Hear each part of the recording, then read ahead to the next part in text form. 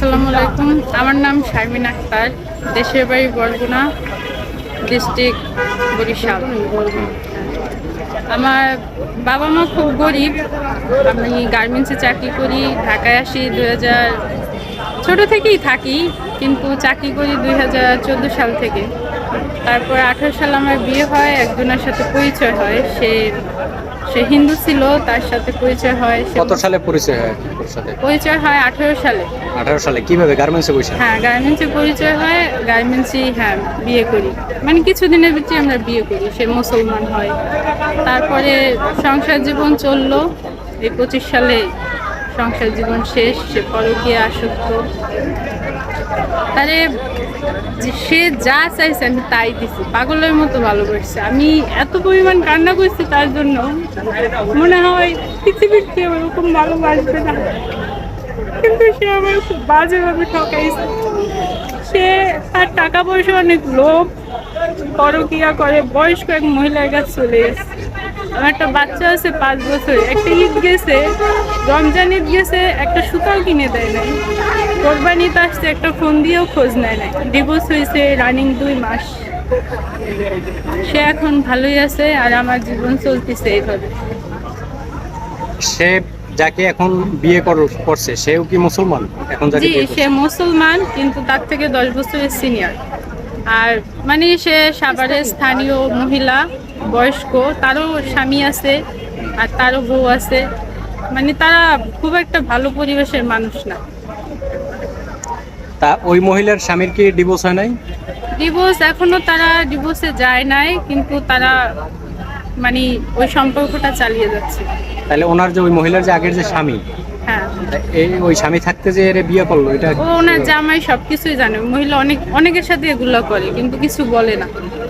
মহিলার বাচ্চা হয় না, সমস্যা আছে।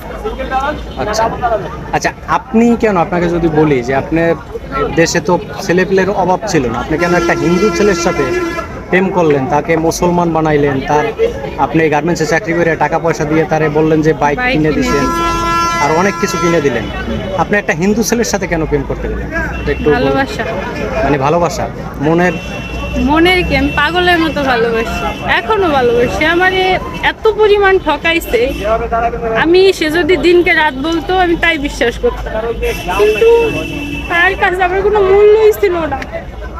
আমি তাই পাগলের মতো যত্ন করতাম, কেয়ার করতাম। সে কখনো আমাকে কি বলবো, আমাকে কোনো এক গজ কাপড়ও কিনে দেয় না, যেটা তোমার জন্য। কিন্তু সে তার পায়ের জুতা থেকে মাথার চুল পর্যন্ত সবকিছু আমি চালাইছি। তার স্যালারি ছিল 13,000 টাকা বর্তমান স্যালারি, আর আমি গার্মেন্টসে চাকরি করে 25,000 26,000 টাকা স্যালারি পেয়ে তার সবগুলো পূরণ করছি। নিজেই কিচ্ছু নাই, গয়না বিক্রি করে তাই আমি বাইক কিনে দিছি 2 লাখ টাকা দিয়ে। কিন্তু এত কিছু দেওয়ার পরও তাই আমি আটকাতে পারিনি, না পারছি আমার। মানে আমি তো দেখতে খুব খারাপও না, আর মহিলা যে সে মানে অনেকটাই বাজে। আমার মনে হয় না সে সৌন্দর্যের কারণে গেছে। মানে তাই আমি কোনো কিছু আটকাতে পারি না, মায়া না ভালোবাসা না দেহ, কোনো কিছু দিয়ে তাই আটকাতে পারি। তার কাছে আমার কোনো মূল্যই নেই।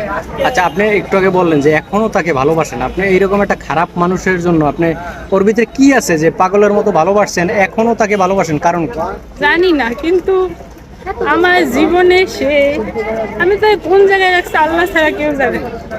এত পরিমাণ আমি আমার সন্তানকে অত ভালোবাসি না। আমার মা বাবা ভাই বোন পৃথিবীর কারোর প্রতি আমি এই দুর্বল না।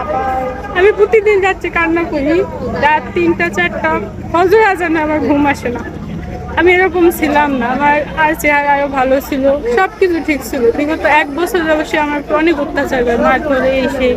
মানে ডিভোর্সের জন্য আমি দেই না, না দেওয়ার কারণে সে